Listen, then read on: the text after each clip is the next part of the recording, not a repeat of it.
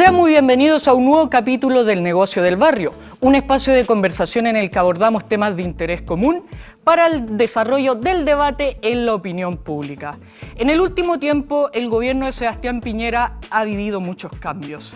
Pudimos ser protagonistas de una nueva acusación constitucional en contra del ministro del Interior, Víctor Pérez, que fue aprobada en la Cámara de Diputados, y después pudimos ver cómo el ministro prefirió renunciar antes de seguir con el libelo en la Cámara del Senado. Además, fuimos partícipes de otras renuncias como fueron Rafael Araoz y Arturo Zúñiga en el Ministerio de Salud. Por lo mismo, para hablar de esto, del gobierno de Sebastián Piñera y todos estos cambios que ha tenido en las últimas semanas, tenemos como invitado de hoy al diputado del distrito número 11 de la región metropolitana por el partido de la UDI, don Guillermo Ramírez. Guillermo, muchas gracias por haber aceptado nuestra invitación y estar hoy día con nosotros en el Negocio del Barrio. Muchas gracias a ti por la invitación, Gabriel. Guillermo, saludos a todos. Guillermo, para comenzar, me gustaría preguntarte cuáles fueron las razones de tu voto en contra en relación a la acusación constitucional del ministro Pérez, y además si consideras el argumento que dio el ministro Pérez cuando anunció su renuncia, en el que él dijo que esta acusación, más que un ataque a su persona, era un ataque hacia el gobierno.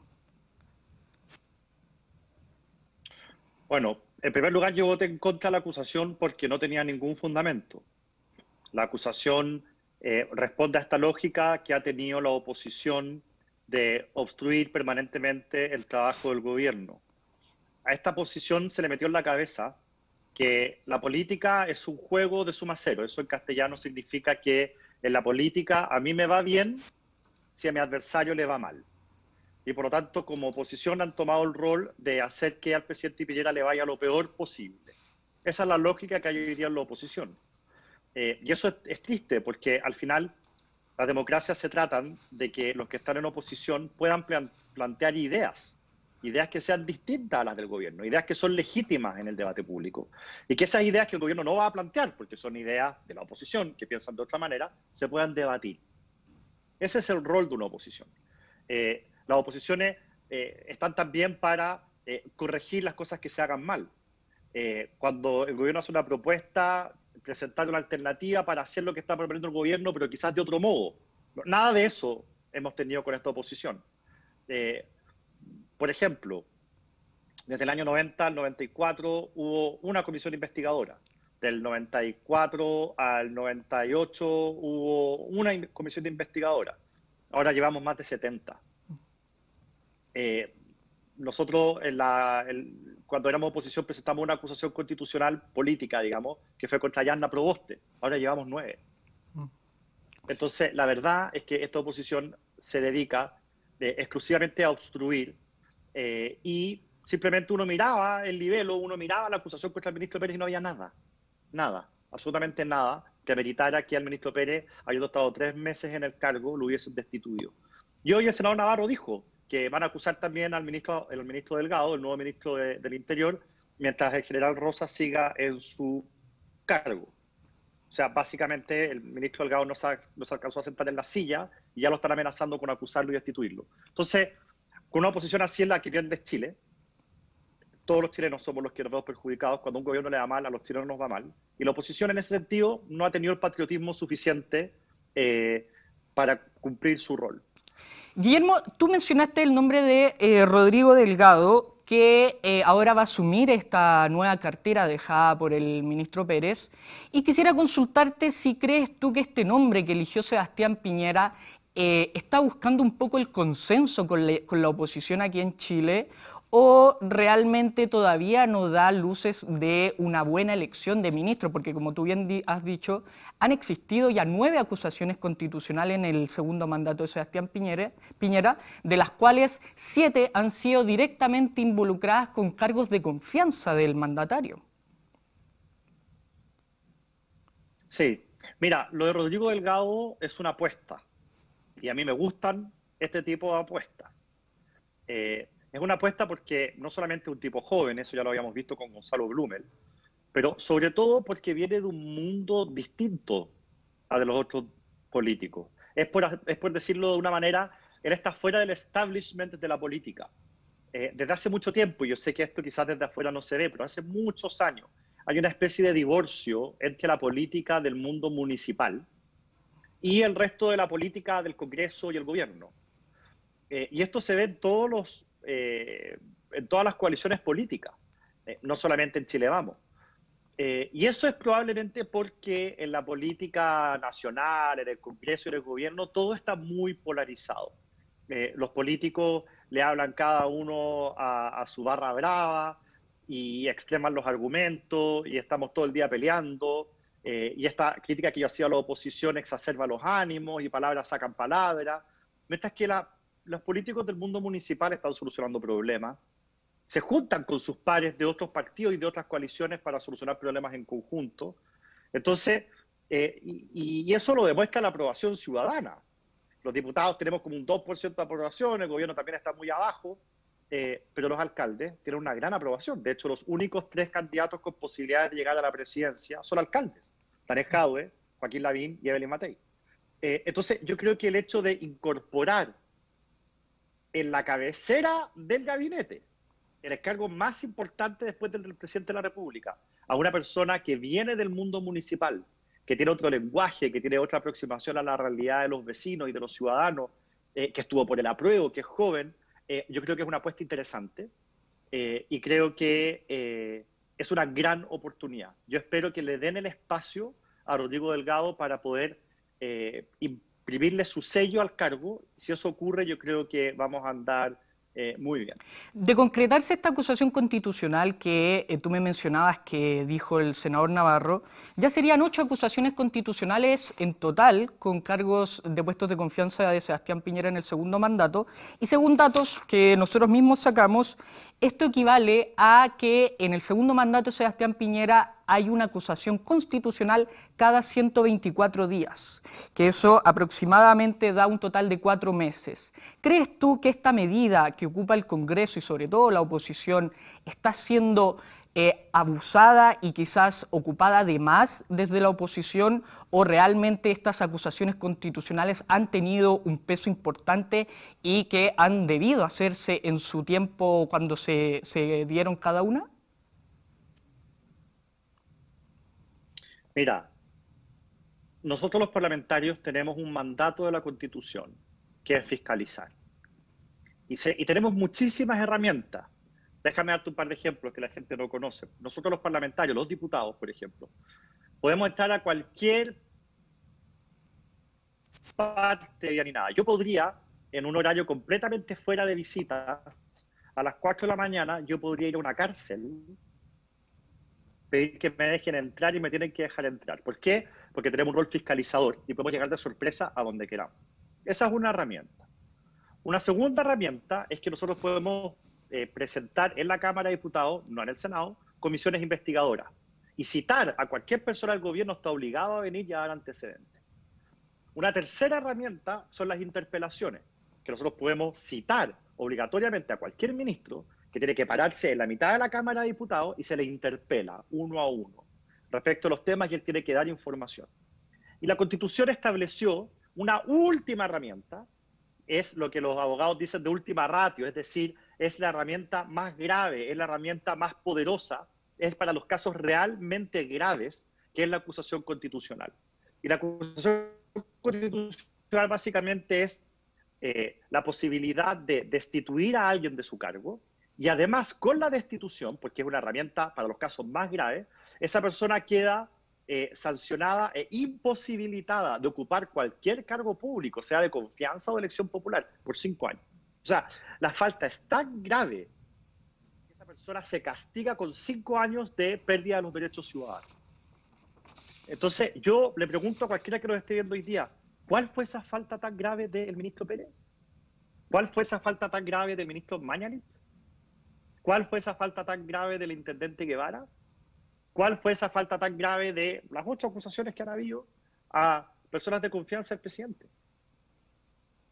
Antes de hacer una comisión investigadora, antes de ocupar la interpelación, simplemente se va a lo que genera más daño.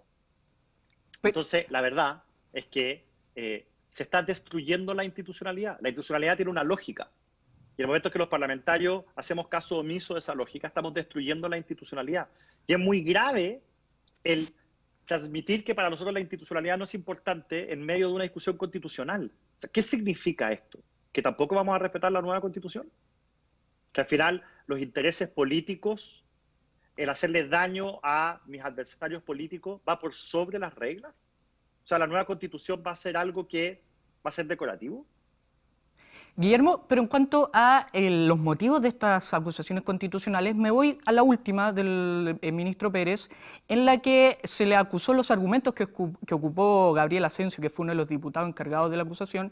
Dijo que sus principales argumentos eran que él no respetó el derecho de igualdad ante la ley en el paro de camioneros que hubo hace un par de meses atrás y además no tuvo un rol correcto en la jerarquización de carabineros, sobre todo pensando en el caso Pío Nono. Entonces, en base a esos dos argumentos, ¿crees tú que no fueron realmente suficientes para una acusación constitucional? Por supuesto que no.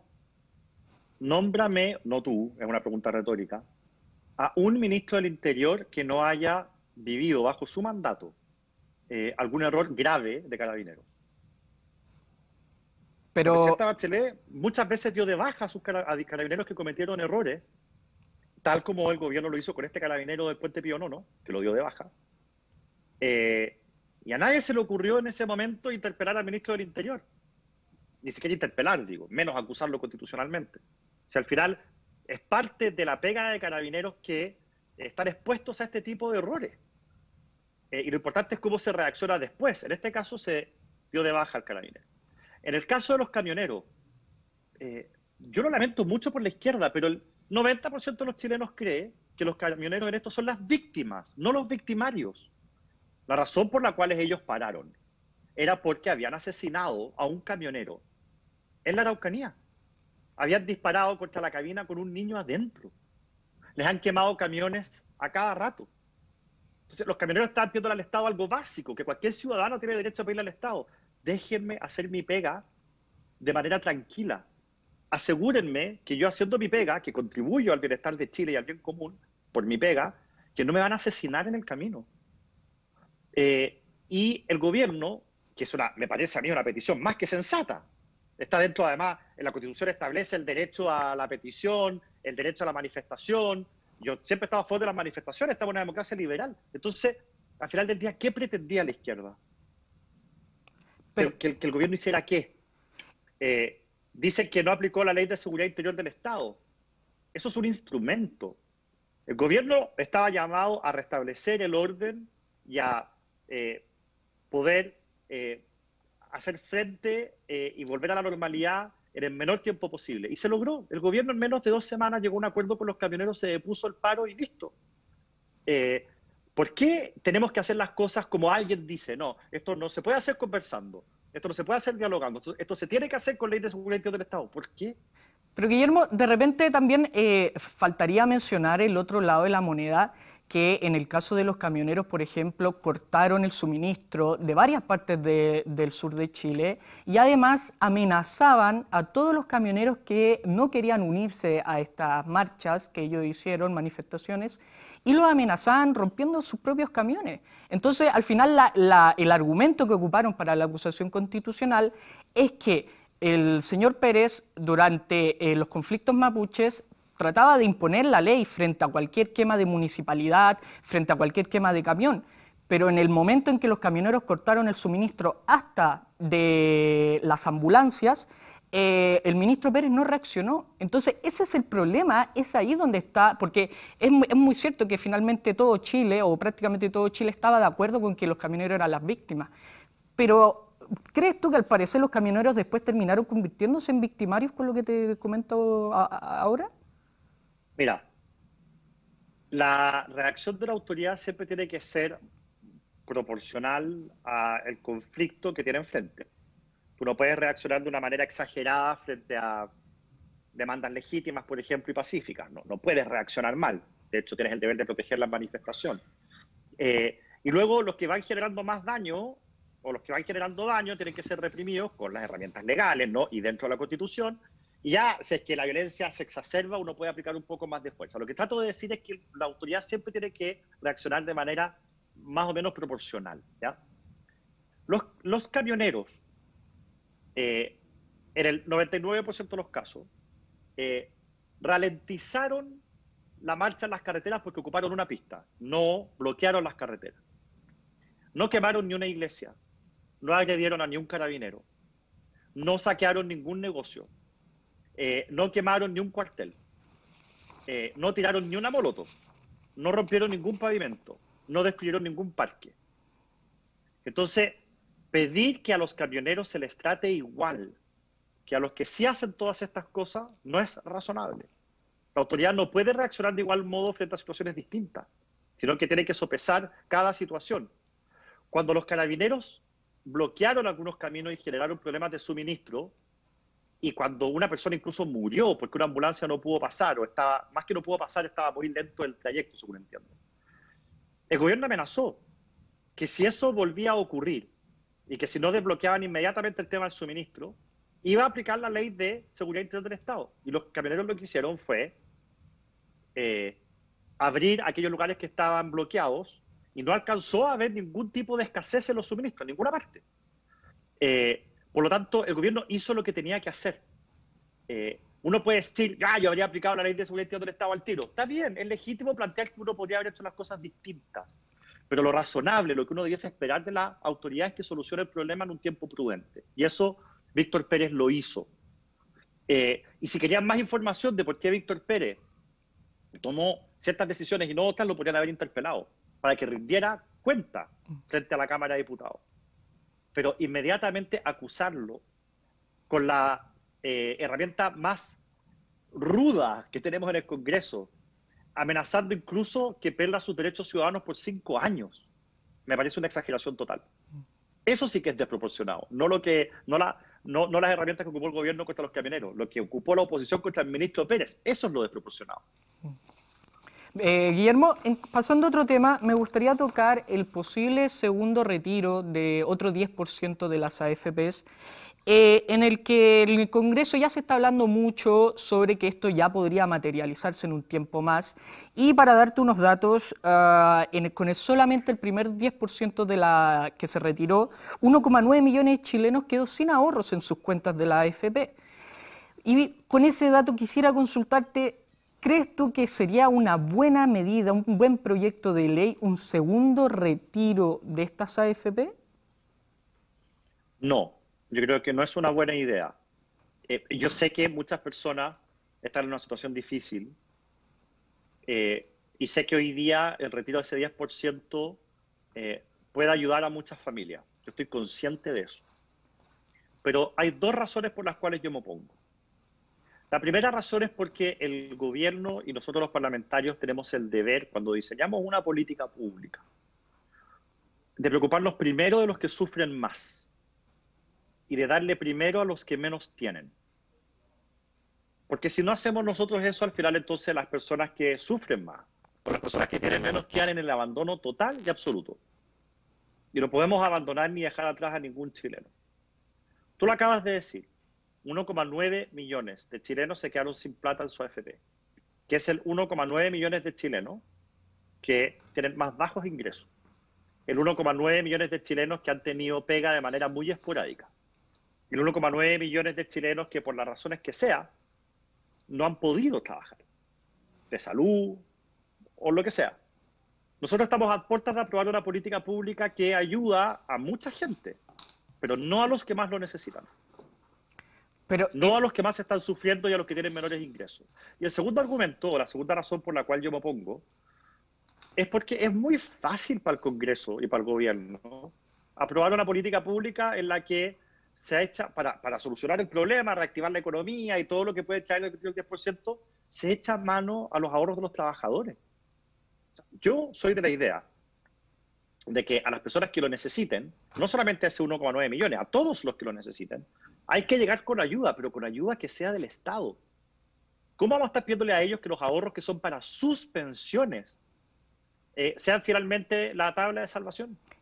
Pero ¿por qué no ha pasado eso? Porque finalmente si uno se va, por ejemplo, al bono clase media, que se le da un bono a todas las personas que habían perdido el 30% de su ingreso y ganaban entre 500.000 pesos y un poco más, se le dio a muy poca gente, porque de hecho el INE, un par de meses después, dijo que el 50% de los trabajadores en Chile ganaba menos de 401.000 pesos. Por lo tanto, el bono clase media no alcanzó a cubrir ni siquiera el 50% de los trabajadores en Chile. Entonces, si bien es un gasto del bolsillo directamente a las personas estos retiros del 10% de la AFP, ¿por qué el Estado y el gobierno no termina por ayudar a la gente realmente con medidas que puedan alcanzar a mucha gente y no poca, como ocurrió con el bono clase media? Bueno, ese es justamente el problema, pues, Gabriel. Que en vez de estar discutiendo y haciendo las preguntas inteligentes que tú estás haciendo, eso no va a mejorar y no lo vamos a arreglar en la medida que tengamos un parlamento que está preocupado de otros temas. ¿Cómo vamos a arreglar el bono clase media, el ingreso familiar de emergencia, el crédito FOGAPE, la forma en que se entregan cajas de alimentos, en la suspensión laboral, y todos estos beneficios y políticas que se han inventado y se han generado para la crisis, que algunas han funcionado bien, otras no tanto, otras mal, y hay que mejorarlas, y hay que evaluarlas. En el Congreso no se ha evaluado ni una de estas medidas. Entonces, al final del día ponemos el acento donde no tiene que estar. Digamos las cosas como son, Gabriel. El tema del retiro del 10% es tremendamente popular. Y el próximo año tenemos elecciones. Y los parlamentarios se quieren reelegir. Y Matías Walker quiere ser senador, y Pamela Giles quiere ser presidenta, y todos los que empujan este carro tienen ambiciones políticas, esto es tremendamente popular, les da un montón de minutos en la tele, y quieren ser reelectos. No nos perdamos, esa es la motivación. Si su motivación fuera ayudar a quienes más lo necesitan, no estarían proponiendo esto. Porque esto no ayuda a los que más lo necesitan. Entonces, mi postura es impopular, pero es responsable. A mí sí me importan las personas que hoy día están sufriendo más. Y a ellos no les va a llegar un peso de este segundo retiro del 10%. Pero Guillermo, de lo que tú me dices, yo infiero que la culpa de todo esto que ha estado ocurriendo tú se la aduces un poco más al Congreso que al gobierno de Sebastián Piñera. Pero son culpas compartidas. 50-50. Pero todas las medidas, bono clase media, FOGAPE, todas esas medidas han nacido del gobierno de Sebastián Piñera. Ya han sido buenas medidas, pero se pueden perfeccionar, se pueden ampliar. Por ejemplo, el IFE 1 tenía un monto menor que el IFE 2. El IFE 2 llegaba a menos gente que el IFE 3. El IFE 3 era más acotado en el tiempo que el IFE 4. O sea, hemos ido mejorándolo. El gobierno ha ido mejorando sus instrumentos. Chile debe ser de los países, si no el país que más plata ha invertido en este tipo de instrumentos de todo el mundo. Estoy hablando como porcentaje del PIB, obviamente. No podemos compararnos con Estados Unidos, que tienen 300 millones de habitantes. Estoy hablando per cápita, si tú quieres, y por PIB. Entonces, el esfuerzo ha sido real. Ahora, si no ha llegado la ayuda a personas que de verdad lo necesitan, ahí hay que poner el acento. Pero yo quiero insistir. Yo estoy en mi primer periodo de diputado y mi principal motivación para ser diputado ha sido siempre la misma. Y no ha cambiado desde que entré y espero que nunca se me quite, porque a algunos ya se les quita después de 2 o 3 periodos, que es nuestro primer deber es ayudar a las personas que tienen menos oportunidades o que han tenido en el pasado menos oportunidades y hoy día sufren la peor pobreza. Está lleno de esa gente. Yo en mi distrito veo una cantidad de sufrimiento brutal. No a propósito del COVID, desde antes. Y hoy día estamos discutiendo un proyecto que no llega a los más pobres y que empobrece aún más las pensiones de los chilenos. Todo porque es popular y yo el próximo año me tengo que reelegir. ¿Sabes qué? Fuera de broma, me parece súper decepcionante que los parlamentarios estén en esa. Qué distinto sería si Pamela Giles y Matías Walker hubieran propuesto algo de la misma magnitud, propuesto, porque no lo pueden hacer, ellos lo tiene que hacer el gobierno, pero propuesto algo de la misma magnitud, enfocado en los que de verdad lo están pasando peor.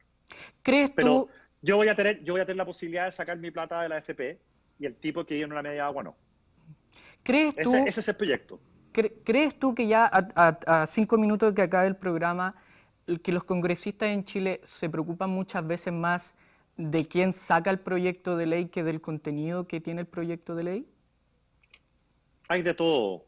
Hay políticos responsables, hay políticos irresponsables, hay políticos populistas, hay políticos valientes, hay políticos cobardes. Supongo que hay políticos ladrones, uno nunca sabe porque eso no se hace a la luz del día, hay muchos políticos honestos. Y eso es de lado y lado. Lo que estoy hablando, no estoy diciendo que los de izquierda sean de una manera y los de derecha seamos de otra. Está mezclado. Pero siento que en esta pasada, en este congreso, que es probablemente el peor congreso que hemos tenido desde el retorno a la democracia, tenemos una oposición cuya única motivación es hacerle daño al gobierno. Ellos creen que de alguna manera misteriosa eso a ellos los favorece, cosa que es ridícula, porque la gente se da cuenta de que han sido irresponsables y mezquinos y antipatriotas. Y hemos tenido también a parlamentarios de derecha y de izquierda que priorizan su reelección y su popularidad por sobre cualquier otra consideración. Y eso tiene un nombre, populismo. Y Guillermo Ramírez, ¿qué tipo de político es? Populista no soy, tengo un montón de pifias.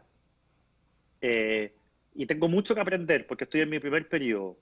Y he aprendido mucho y pido mucho consejo porque muchas veces no sé cómo enfrentar las situaciones que uno tiene que enfrentar en el Congreso, pero populista no soy.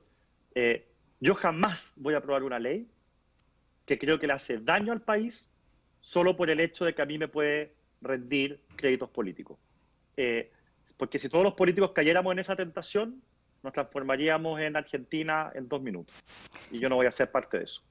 Guillermo, te quiero dar las gracias por haber estado hoy día en un nuevo capítulo del Negocio del Barrio. Muchas gracias de verdad por tu tiempo y nos estaremos viendo en otro momento, así que con esto terminamos un nuevo capítulo del Negocio del Barrio. No se olviden de compartir, debatir y opinar en las redes sociales sobre todo lo que ha estado ocurriendo dentro del gobierno de Sebastián Piñera y en la actualidad de Chile, por supuesto, también. Así que nos vemos hasta luego.